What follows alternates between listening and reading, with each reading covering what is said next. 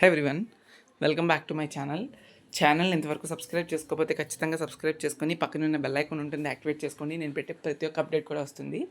డిస్క్రిప్షన్లోని మన website link ఇస్తాను. ఎవరైతే C23 స్టూడెంట్స్ రెగ్యులర్ అయినా సప్లిమెంటరీ అయినా M1 ఇబ్బంది పడుతున్నారో క్లియర్ చేసుకోవడానికి డిస్క్రిప్షన్లో ఉన్న లింక్ ద్వారా వెళ్ళి తీసుకోండి. It's a paid course, but చాలా క్లియర్గా అర్థమవుతుంది. ఏవైతే రిపీటెడ్గా ఇంపార్టెంట్ అనిపిస్తాయో ఆ కాన్సెప్ట్స్ నుంచే చెప్పడం జరిగింది. ఖచ్చితంగా క్లియర్ చేసుకుంటారు. లెస్ నామినల్ ఫీనే you can go and take from the website. M1 M2 అన్నీ ఉంటాయి, M3 అన్నీ చాలా ఉంటాయి. సో ఒకవేళ వెబ్సైట్లో తీసుకోవడం తెలియకపోతే టెలిగ్రామ్ ఛానల్ లింక్ ఇస్తాను, అందులో జాయిన్ అయ్యి గ్రూప్ అడ్మిన్కి మెసేజ్ చేయండి, ఎలా తీసుకోవాలనేది చెప్తారు. Okay, keeping courses apart, already chemistry related important questions పెట్టాను, అందులో లింక్ ఉంటుంది చూడండి. రిమైనింగ్ ఇంపార్టెంట్ క్వశ్చన్స్ కూడా వస్తాయి. ఇది C23 రెగ్యులర్ అయితే రెగ్యులర్, సప్లిమెంటరీకి కూడా ఫాలో అవ్వచ్చు. ఇవి చాలా హెల్ప్ఫుల్ అవుతాయి. ఫిజిక్స్ భయం ఉన్న వాళ్ళు ఈ వీడియోతో మీకు ఫిజిక్స్ భయం అనేది పోతుంది. ఎందుకు అలా చెప్తున్నానంటే, నేను చెప్పే ఇంపార్టెంట్ క్వశ్చన్స్ చదువుకొని వెళ్ళండి, నేను చెప్పే వాల్యుబుల్ టిప్స్ తీసుకొని వెళ్ళండి. You can go ahead and read your self. ఖచ్చితంగా పాస్ అవుతారు. ఓకే, సో అది చెప్పాలనుకుంటున్నా. సో ఇంజనీరింగ్ ఫిజిక్స్ టోటల్గా 8 యూనిట్స్ ఉన్నాయి. 8 యూనిట్స్లో కూడా మీకు యూనిట్ 3 గ్రావిటేషన్ 2 ఎస్ఎస్ కవర్ అవుతాయి. 20 మార్క్స్, చాలా చాలా చాలా ఇంపార్టెంట్. అందులో షార్ట్స్ ఏం లేవు. అండ్ యూనిట్ 1 వదిలేస్తే రిమైనింగ్ 2, 4, 5, 6, 7, 8 నుండి 1 ఎస్ఏ వస్తుంది. సో యూనిట్ 1 నుంచి షార్టే ఉంది, ఒకే ఒక షార్ట్ ఉంది. నా ప్యూర్ సజెషన్ ఏంటి అంటే, మీరు లెస్ వెయిటేజ్ ఉన్న చాప్టర్స్కి మోర్ టైం ఇవ్వడం అనవసరం. 3 మార్క్స్ క్వశ్చన్ కోసం రిమైనింగ్ చాప్టర్స్ వేస్ట్ చేసుకోవడం, మీరు బ్లండర్ చేస్తూ ఉంటారు చాలామంది, వస్తుంది కదా అని చెప్పి. బట్ అలా చేయొద్దు. మీకు టైం లేకపోతే అస్సలు యూనిట్ 1 టచ్ చేయకండి. టైం ఉంటేనే యూనిట్ 1 టచ్ చేయండి. మళ్ళీ చెప్తున్నాను. ఓకే, సో అది ఎందుకంటే 3 మార్క్స్ వెయిటేజ్ అంత చదవకూడదు. అది ఒక టిప్ మళ్ళీ చెప్తున్నా. అండ్ ఫిజిక్స్ అనేటప్పటికీ మీకు పెద్ద డయాగ్రామ్స్ వేసేసి పాస్ అయిపోదామన్న ఊహల్లో మాత్రం అసలు ఉండకండి. ఎందుకంటే అంత పెద్ద డయాగ్రామ్స్ ఏమి లేవు. ఆ డయాగ్రామ్స్ చూసి మార్కులు ఇవ్వడు. ఓకే, అది గుర్తుపెట్టుకోండి. Second point. థర్డ్ పాయింట్ ఏంటంటే, పాస్ అవ్వాలి అంటే ఖచ్చితంగా డెరివేషన్ ఉన్న దగ్గర డెరైవ్ చేయాలి. ప్రాబ్లం అయితే ప్రాబ్లమ్ సాల్వ్ చేయాలి. ఎక్స్ప్లెనేషన్ అనేది క్లియర్ కట్ ఎక్స్ప్లెనేషన్ ఇవ్వాలి. సోది రాస్తే మార్క్స్ ఇవ్వరు. Precised point, clear cut points పడాలి. మీ క్వశ్చన్ పేపర్లో కూడా మెన్షన్ చేస్తాడు దట్ ఏవైతే కరెక్ట్ పాయింట్సో అవే రాయండి. నాట్ లైక్ పేపర్లు నింపేయడం, బుక్లెట్లు నింపేయడం వల్ల మార్కులు పడవు. ఓకే, సో కరెక్ట్ పాయింట్స్ ఎన్ని మెన్షన్ చేస్తే అన్ని మెన్షన్ చేయండి, will get more marks. Okay, అది గుర్తుపెట్టుకొని రాయండి. ఓకే, ఆన్సర్ పొడవుని రాస్తే మార్కులు పడతాయని మాత్రం భ్రమలో ఉండకండి. ఓకే, బాగా రాయండి అంతే, అది మాత్రం చెప్పగలను. సో ఇవి కొన్ని టిప్స్ నేను ఇవ్వాలనుకుంటున్నవి. సో ఇప్పుడు ఇంపార్టెంట్ క్వశ్చన్ స్టార్ట్ చేద్దాం. Starting from the statics. Okay, unit 1 పక్కన పెట్టండి కాసేపు. స్టాటిక్స్లో ఒక ఎస్సే ఒక షార్ట్ వస్తుంది. So let us deep dive into this. Okay, ఈ స్టాటిక్స్లో చాలా ఇంపార్టెంట్ డెరివేషన్స్ ఉన్నాయి. ఓకే, ఆ డెరివేషన్స్ ఏంటి అని చెప్తాను.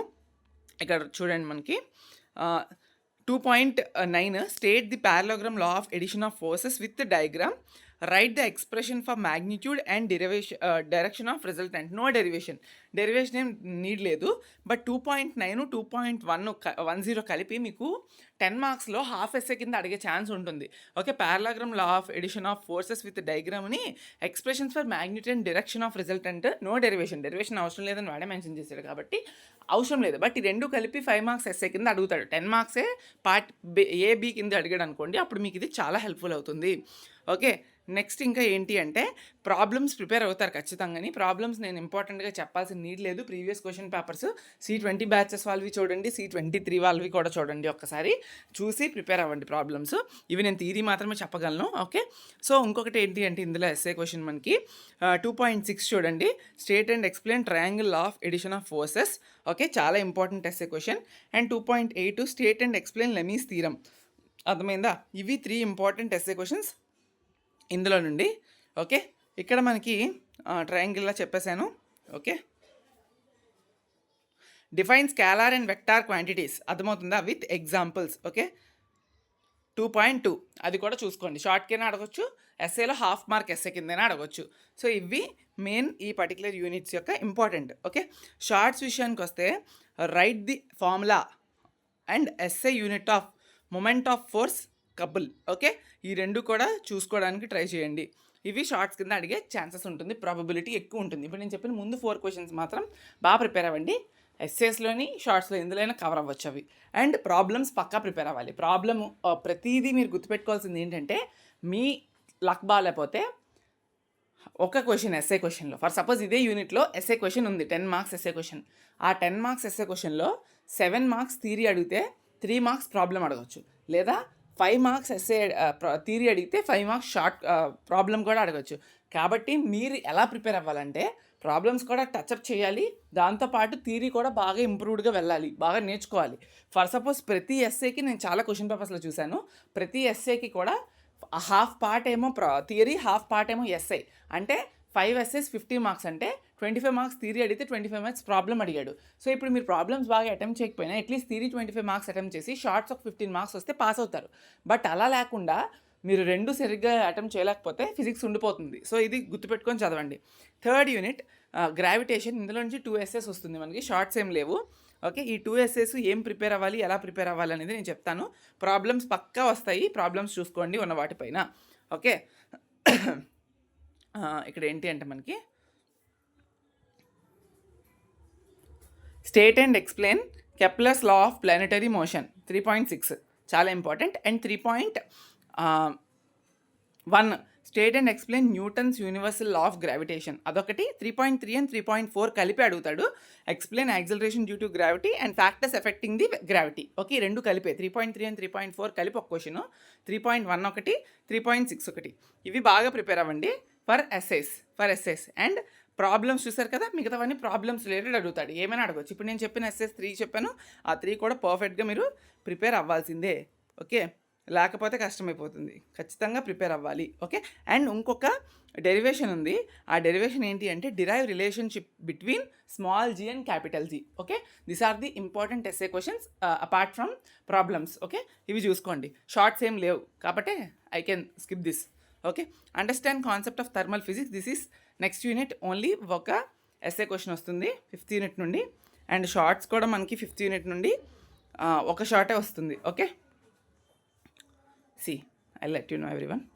ఇది కొంచెం కాన్సెప్ట్ ఆఫ్, ఇక్కడ ఇంకొకటి ఉంది, concept of energy. I forgot to mention 4th unit, అది చూడండి. ఓకే, ఒక షార్ట్ ఒక ఎస్ఏ, బట్ ఇది కొంచెం రాయొచ్చు. ఓకే, ఎందుకు చెప్తున్నానంటే రాయొచ్చు అని, పర్వాలే, బాగానే ఉంటుంది. See here 4.9 explain the principle of photovoltaic effect. చాలా చాలా important SA question.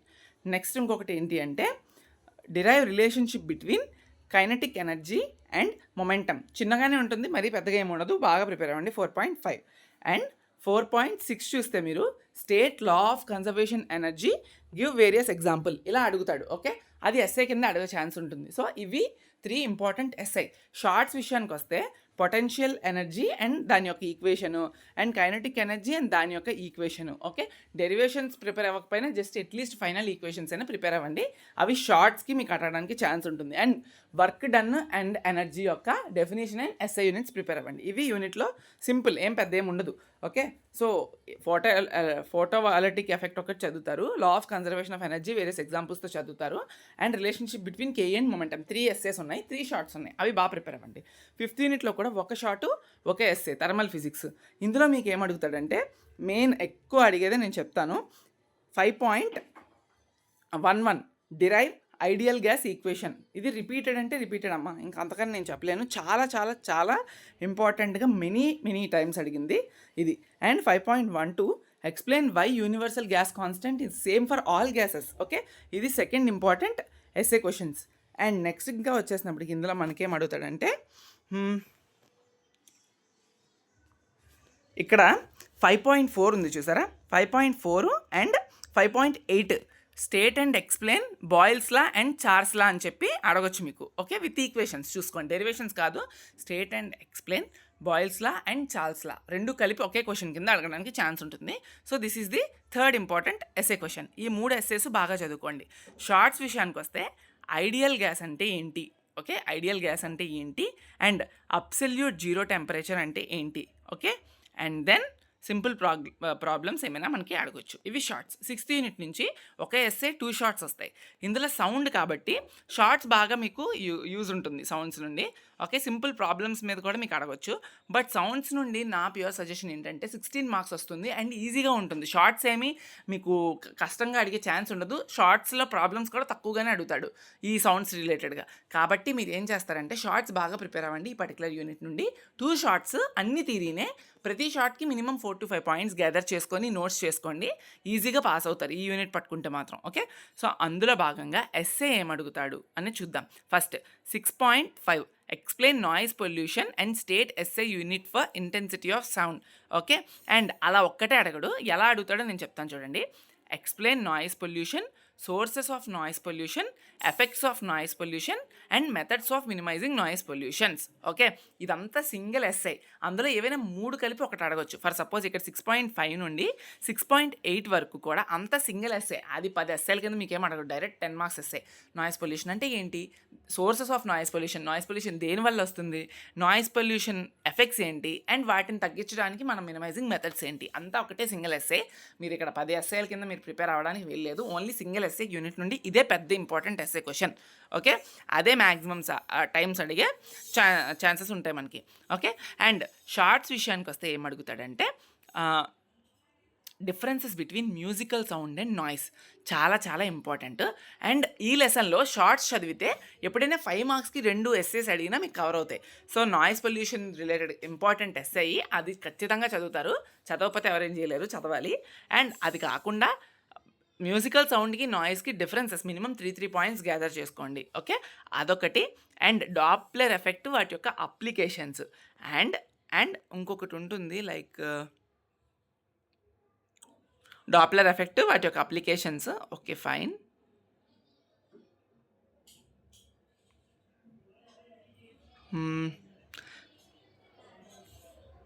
Define reverberation and reverberation time. Okay, Doppler effect, applications of Doppler effect, reverberation and reverberation time, and along with that musical సౌండ్కి నాయిస్కి differences. This are the important shorts from the unit. And SS కూడా చెప్పాను నేను. Okay, seventh యూనిట్లో మనకి 2 shorts along with one SA వస్తుంది. ఇది కూడా యాక్చువల్గా చెప్పాలంటే కొంచెం ప్రిపేర్ అయితే you can go ahead and write this. Okay, ఇందులో ఎస్ఏ క్వశ్చన్లో ఏమడుగుతాడంటే 7.5 అండ్ 7.6 చాలా చాలా important. State and explain Kirchhoff's first law, Kirchhoff's second law.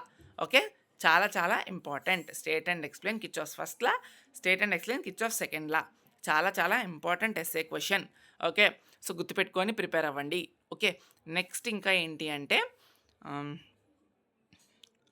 Will let you no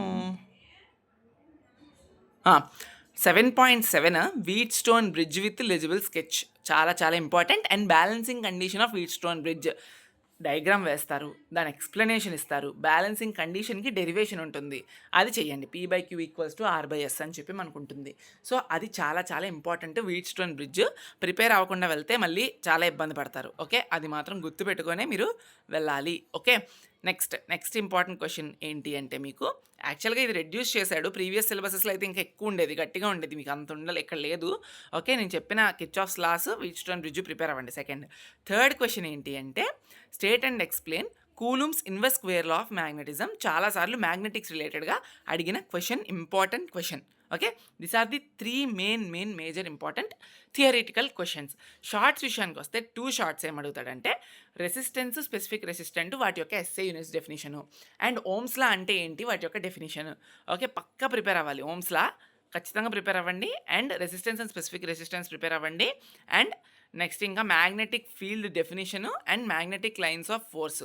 okay, ఇవి 3 short answer questions. 3 essays 3 shorts చెప్పాను అంతే, అవి ప్రిపేర్ అయ్యి వెళ్ళండి. ఓకే, నెక్స్ట్ 8th యూనిట్లో కూడా 2 షార్ట్స్ అండ్ 1 essay వస్తుంది. ఇది కూడా చాలా ఈజీ. ఏంటంటే మనకి 8.1 state and explain photo electric effect. Okay, and Einstein photo electric equation ఉంటుంది, 2 కలిపి అడుగుతాడు కాబట్టి 8.1 2 చూసుకొనే మీరు వెళ్ళండి. జస్ట్ ఈక్వేషన్ని తెలుసుకోండి, డెరివేషన్ ఏం నీడెడ్ లేదు. ఓకే, సో అది 8.1 8.2 కలిపి ఎస్ఏ క్వశ్చన్ అది. నెక్స్ట్ ఇంకా మనకి అడుగుతాడంటే ఆప్టికల్ ఫైబర్ అమ్మ, చాలా చాలా ఈజీ అండ్ ఇంపార్టెంట్ కూడా. 8.9 explain the principle and working of optical fibre. Okay, చాలా చాలా చాలా ఇంపార్టెంట్, ఈజీగా ఉంటుంది, you can go ahead. Okay, second essay question ఇది. అండ్ ఇంకా అంతే, ఇవి 2 ఇంపార్టెంట్ ఎస్ఏ క్వశ్చన్స్ ఇందులోని. బట్ సెమీ కండక్టర్స్ ఉన్నాయి, అవి చూడకుండా వెళ్తే మనకి అయిపోద్ది. అందులో భాగంగా N type and P type semiconductor. శుభ్రంగా డయాగ్రామ్స్ వస్తాయి, N type P type biasing రిలేటెడ్గా డయాగ్రామ్స్ ప్రిపేర్ అయ్యి వెళ్ళిపోండి. N type and P type ఖచ్చితంగా ఇంపార్టెంట్ ఎస్ఏ క్వశ్చన్. సో అర్థమైంది, మళ్ళీ ఏం చెప్తున్నా, principle and working of optical fibre and photoelectric effect, Einstein's photoelectric equation and N type and P type semiconductors 8.16. These are the important SA questions from the unit 8. Shorts విషయానికి వస్తే ఇందులో ఏం అడుగుతాడు అంటే మీకు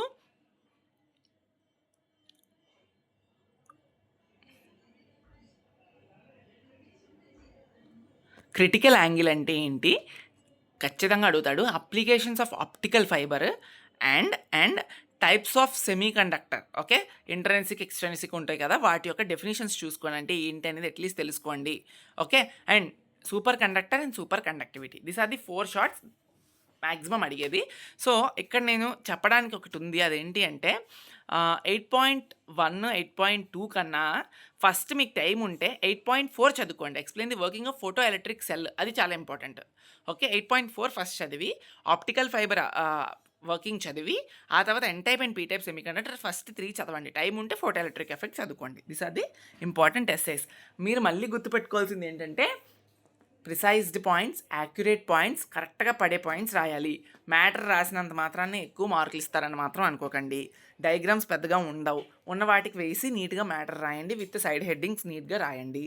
and ఇంకొక point, ప్రాబ్లమ్స్లోని చాలామంది ఏం చేస్తారంటే గివెన్ డేటా రాసేసి నేను పాస్ అయిపోతానని ఉద్దేశంతో బయటకు వచ్చేస్తూ ఉంటారు, బట్ రిజల్ట్ చూస్తే ఫెయిల్ అవుతారు.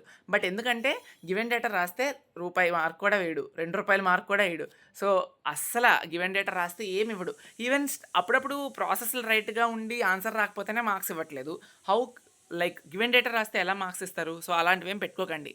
సో ఫిజిక్స్ పాస్ అవ్వాలి అంటే నేను చెప్పిన థియరీ క్వశ్చన్స్ అన్నీ చదవాలి, చదివితేనే పాస్ అవుతారు అలాంగ్ విత్ ప్రాబ్లమ్స్. ఓకే, ఇవన్నీ ప్రిపేర్ అవ్వకుండా ఏంటి ఇన్ని చెప్పారు అనుకుంటే ఫిజిక్స్ పాస్ అవ్వలేరు. ముందే చెప్తున్నాను, నేను చెప్పినవి ఇంకా అన్ని ఇంపార్టెంట్సే చెప్పాను, ఇంకా చాలా ఉన్నాయి, అన్ఇంపార్టెంట్ క్వశ్చన్స్ ఉన్నాయి, అవి ఏం కవర్ చేయలేదు. నేను ప్రతి లెసన్ నుండి 3 ఎస్సేస్ చెప్తున్నాను, షార్ట్స్ కూడా 3 చెప్తున్నాను. అంటే 8 లెసన్ల నుండి 20 ఎస్సేలు పక్కా చదవాలి. అర్థమైందా?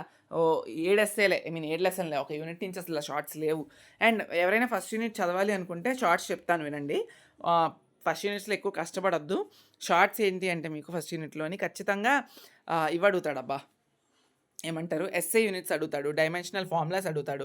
అవి ప్రిపేర్ అవ్వాలనుకున్న వాళ్ళు ప్రిపేర్ అవ్వచ్చు, లేదంటే లేదు. ఓకే, సో చూసుకోండి, ఒక్క నిమిషం చెప్తాను. షార్ట్స్ ఏం అడగచ్చు అంటే ఇవి చూసుకోండి. Physical quantity, fundamental physical quantity, derived physical quantity, ఇది గుర్తుపెట్టుకొని వెళ్ళండి, చాలా ఇంపార్టెంట్ డెఫినేషన్స్. ఓకే, నెక్స్ట్ ఇంకా వచ్చేసినప్పటికీ define accuracy and error in measurement, బాగా గుర్తుపెట్టుకోండి. And define absolute relative percentage errors with their formulas. ఇవి చాలు, సరిపోతాయి. Okay, so that's it. Thank you so much. బాగా ప్రిపేర్ అవ్వండి.